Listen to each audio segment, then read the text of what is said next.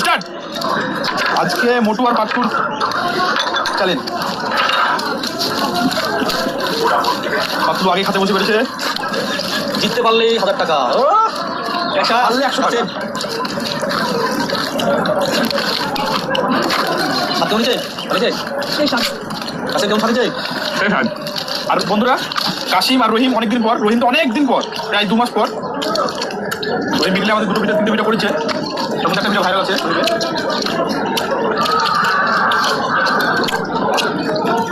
শেষ করতে পারলে পয়সা, বুঝতে পারছো?